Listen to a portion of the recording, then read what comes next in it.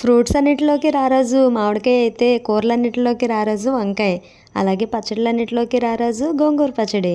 ఇప్పుడు ఇది ఎలా చేసుకుందామో చూసేద్దాం రండి. ఫస్ట్ ఒక కట్ట గోంగూరని తీసుకుని దాన్ని శుభ్రంగా కడిగి పక్కన పెట్టుకోవాలి. తర్వాత స్టవ్ మీద ఒక కళాయి పెట్టుకుని అది బాగా హీట్ అయిన తర్వాత మీ కారానికి సరిపడా ఎండుమిర్చి, కొద్దిగా ధనియాలు, జీలకర్ర, మెంతులు వేసి బాగా ఫ్రై చేసుకుని తీసి పక్కన పెట్టేసుకోవాలి. తర్వాత అదే ప్యాన్ లో కొద్దిగా ఆయిల్ వేసి గోంగూరను కూడా అందులో వేసి బాగా ఫ్రై చేసేసుకోవాలి. ఇప్పుడు ఒక రోట్లో ముందుగా దంచి పెట్టుకుని ఎండుమిర్చి, ధనియాలు, మెంతులు అవన్నీ వేసేసి మెత్తగా పొడయ్యేలా దంచేసుకోవాలి. తర్వాత అందులోనే వేపు పెట్టుకుని గోంగూర వేసేసి టేస్ట్ కి సరిపడిన ఉప్పు కూడా వేసి మెత్తగా దంచేసుకోవాలి. ఇదంతా మెత్తగా దంచేసుకున్న తర్వాత తీసి పక్కన పెట్టుకుని అదే రోట్లో పెద్ద సైజు ఉల్లిపాయ కూడా వేసి కచ్చాపచ్చాగా దంచేసుకున్న తర్వాత ఈ గోంగూర పచ్చడి అంతా కూడా అందులో వేసేసి దంచుకుంటే అలా టేస్ట్ మాటల్లో చెప్పలేము. చూస్తుంటేనే నోట్లో అలా జలం ఊరుతుంటుంది. ఇంక ఈ పచ్చడి అంతా తీసి పక్కన పెట్టేసుకుని తాలింపు వేసుకోవాలి.